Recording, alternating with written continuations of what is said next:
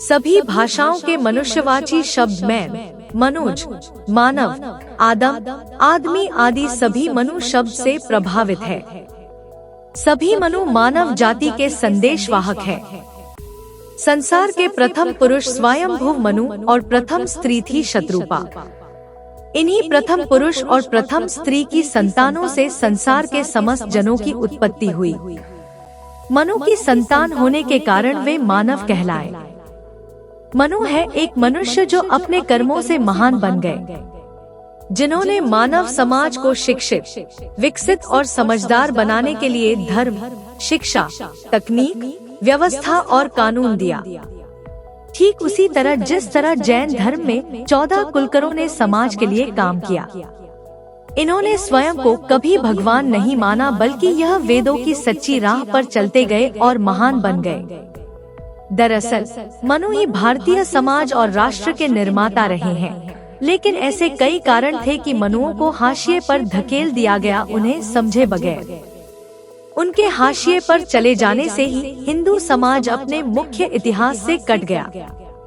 खैर, हम बताना चाहते हैं कि वर्तमान में जो मनुस्मृति पाई जाती है वह किस काल के मनु ने लिखी है और उनका नाम क्या था।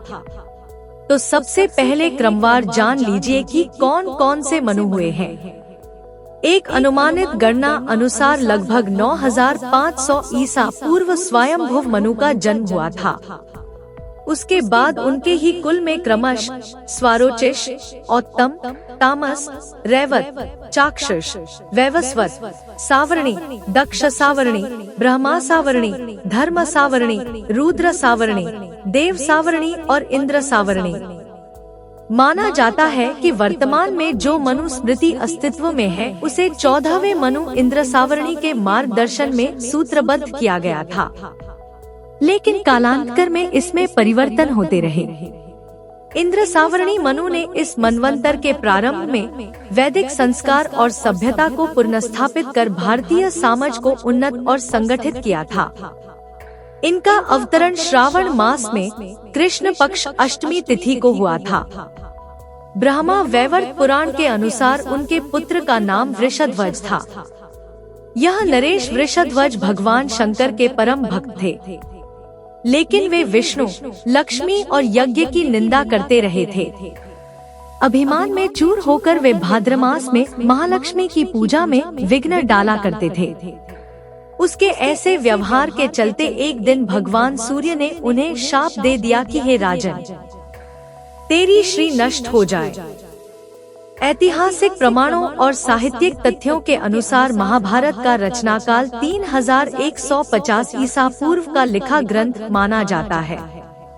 महाभारत में महाराजा मनु की चर्चा बार बार की गई है, किंतु मनुस्मृति में महाभारत, कृष्ण या वेदव्यास का नाम तक नहीं है। उसी तरह आधुनिक शोध के अनुसार राम का जन्म 10 जनवरी 5114 ईसा पूर्व हुआ था, अर्थात आज से 7129 वर्ष पूर्व। लगभग इसी काल में वाल्मीकि जी ने रामायण लिखी थी। महर्षि वाल्मीकि रचित रामायण में मनुस्मृति के श्लोक व महाराज मनु की प्रतिष्ठा मिलती है, किंतु मनुस्मृति में वाल्मीकि या भगवान राम आदि का नाम तक नहीं मिलता। महाभारत और रामायण में ऐसे कुछ श्लोक हैं जो मनुस्मृति से ज्यों के त्यों लिए गए हैं। अतः अब सिद्ध हुआ कि मनु महाराज भगवान श्री कृष्ण और राम से पहले हुए थे और उनकी मनुस्मृति उन्हीं के काल में लिखी गई थी। सन 1932 में जापान के एक बम विस्फोट द्वारा चीन की ऐतिहासिक दीवार का एक हिस्सा टूट गया था। टूटे हुए इस हिस्से से लोहे का एक ट्रंक मिला, जिसमें चीनी भाषा में एक प्राचीन पांडुलिपियां भरी हुई थी। विदेशी प्रमाणों में मनुस्मृति के काल तथा श्लोकों की संख्या की जानकारी कराने वाला एक महत्वपूर्ण पुरातात्विक प्रमाण चीन में मिला है। सन 1932 में जापान ने बम विस्फोट द्वारा चीन की ऐतिहासिक दीवार को तोड़ा तो उसमें से एक लोहे का ट्रंक मिला, जिसमें चीनी भाषा की प्राचीन पांडुलिपियां भरी थी। ये पांडुलिपियां सर ऑगस्टस रिच जॉर्ज के हाथ लग गईं और उन्होंने इसे ब्रिटिश म्यूजियम में रखवा दिया था। उन पांडुलिपियों को प्रोफेसर एंथोनी ग्रेम ने चीनी विद्वानों से पढ़वाया तो यह जानकारी मिली। चीन के राजा शी लेजवांग ने अपने शासनकाल में यह आज्ञा दी कि सभी प्राचीन पुस्तकों को नष्ट कर दिया जाए। इस आज्ञा का मतलब था कि चीनी सभ्यता के सभी प्राचीन प्रमाण नष्ट हो जाएं। तब किसी विद्या प्रेमी ने पुस्तकों को ट्रंक में छिपाया और दीवार बनते समय चुनवा दिया। संयोग से ट्रंक विस्फोट से निकल आया। चीनी भाषा के उन हस्तलेखों में से एक में लिखा है कि मनु का धर्मशास्त्र भारत में सर्वाधिक मान्य है, जो वैदिक संस्कृत में लिखा है और 10,000 वर्ष से अधिक पुराना है तथा इसमें मनु के श्लोकों की संख्या 680 भी बताई गई है। किंतु वर्तमान में मनुस्मृति में 2400 के आसपास श्लोक हैं। इस दीवार के बनने का समय लगभग 220 से 206 ईसा पूर्व का है, अर्थात लिखने वाले ने कम से कम 220 ईसा पूर्व ही मनु के बारे में अपने हस्तलेख में लिखा। 10,220 ईसा पूर्व मनुस्मृति लिखी गई होगी, अर्थात आज से 12,234 वर्ष पूर्व मनुस्मृति उपलब्ध थी। धर्मशास्त्रीय ग्रंथकारों के अतिरिक्त शंकराचार्य, शबर स्वामी जैसे दार्शनिक भी प्रमाण रूपेण इस ग्रंथ को उद्धृत करते हैं। कुछ विद्वान मानते हैं कि परंपरानुसार यह स्मृति स्वयंभुव मनु द्वारा रचित है, वैवस्वत मनु या प्राचीनस मनु द्वारा नहीं। महाभारत ने स्वयंभुव मनु एवं प्राचीनस मनु में अंतर बताया है, जिनमें प्रथम धर्मशास्त्रकार एवं दूसरे अर्थशास्त्रकार कहे गए हैं।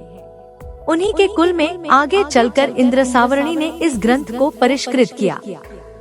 हिंदू धर्म ग्रंथों के अनुसार राजा वैवस्वत मनु का जन्म 6382 विक्रम संवत पूर्व वैशाख कृष्ण पक्ष 1 को हुआ था, अर्थात ईसा पूर्व 6324 को हुआ था। इसका मतलब कि आज से 8340 वर्ष पूर्व राजा मनु का जन्म हुआ था।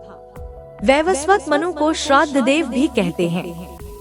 इन्हीं के काल में विष्णु ने मत्स्य अवतार लिया था। इनके पूर्व 6 और मनु हो गए हैं। स्वयंभुव मनु प्रथम मनु है, तो क्या प्रथम मनु के काल में मनुस्मृति लिखी गई? स्वयंभुव मनु 9057 ईसा हुए थे। ये भगवान ब्रह्मा की 2 पीढ़ी बाद हुए थे। कुछ इतिहासकार मानते हैं कि उनका काल 9000 से 8762 विक्रम संवत पूर्व के बीच का था, अर्थात 8942 ईसा पूर्व उनका जन्म हुआ था। इसका मतलब आज से 10,956 वर्ष पूर्व प्रथम राजा स्वयंभुव मनु थे। तो कम से कम आज से 10,000 वर्ष पुरानी है हमारी मनुस्मृति। कुछ लोग बगैर किसी आधार के मानते हैं कि कोई 2000 साल पहले ब्राह्मणों ने मनुस्मृति की रचना उस वक्त की जब देश से ब्राह्मणों और ब्राह्मणवादी विचारों का वर्चस्व खत्म हो रहा था। ऐसे में ब्राह्मणों ने अपने वर्चस्व को पुनः स्थापित करने के लिए मनुस्मृति लिखी और इसमें ब्राह्मणों को देवतुल्य घोषित किया गया। लेकिन ऐसा मानने वाले इतिहास को गहराई से शायद ही जानते होंगे। यदि वे गुलामी के काल का अच्छे से अध्ययन कर लेते तो संभवतः ऐसा नहीं मानते। लेकिन यह भी सच ही है कि दुनिया के कानून का नक्शा मनुस्मृति को आधार मानकर ही बनाया गया है। यदि वेद कंठस्थ नहीं होते और वे विशेष छंदों में नहीं लिखे गए होते तो उनका हाल भी मनुस्मृति की तरह होता। तब हिंदू समाज को विभाजित करने के लिए एक और ग्रंथ मिल जाता।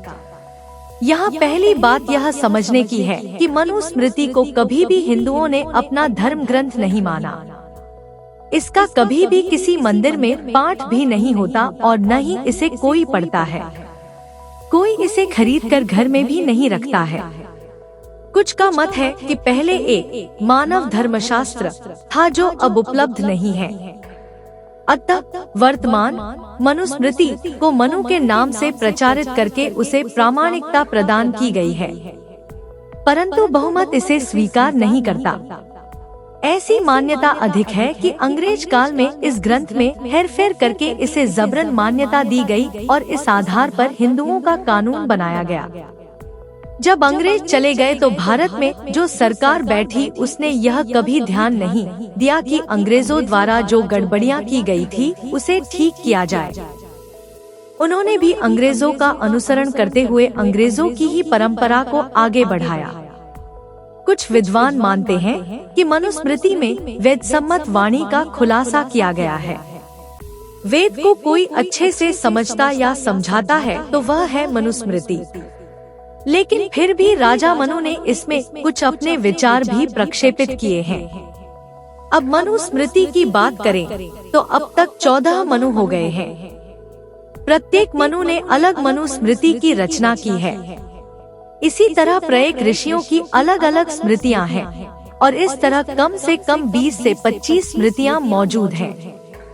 यह मनुस्मृति पुस्तक महाभारत और रामायण से भी प्राचीन है।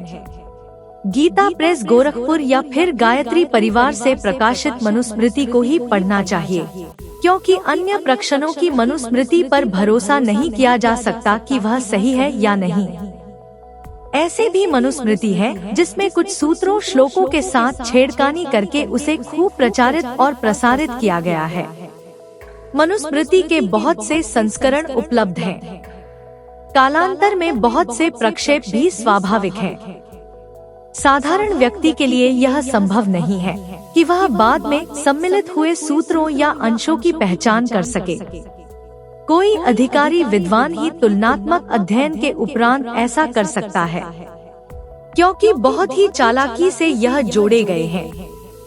पाश्चात्य विद्वानों के अनुसार मनु परंपरा की प्राचीनता होने पर भी वर्तमान मनुस्मृति ईसा पूर्व 4th शताब्दी से प्राचीन नहीं हो सकती। मनुस्मृति के अनेक मत या वाक्य जो निरुक्त, महाभारत आदि प्राचीन ग्रंथों में नहीं मिलते हैं, उनके हेतु पर विचार करने पर भी कई उत्तर प्रतिभासित होते हैं। इस प्रकार के अनेक तथ्यों का Buhler sacred books of east series संख्या 25, पांडुरंग वामन काने, हिस्ट्री ऑफ धर्मशास्त्र में मनु प्रकरण आदि विद्वानों ने पर्याप्त विवेचन किया है। यह अनुमान बहुत कुछ संगत प्रतीत होता है कि मनु के नाम से धर्मशास्त्रीय विषय परक वाक्य समाज में प्रचलित थे, जिनका निर्देश महाभारत आदि में है, तथा जिन वचनों का आश्रय लेकर वर्तमान मनु संहिता बनाई गई। साथ ही प्रसिद्धि के लिए भृगु नामक प्राचीन ऋषि का नाम उसके साथ जोड़ दिया गया। मनु से पहले भी धर्मशास्त्रकार थे।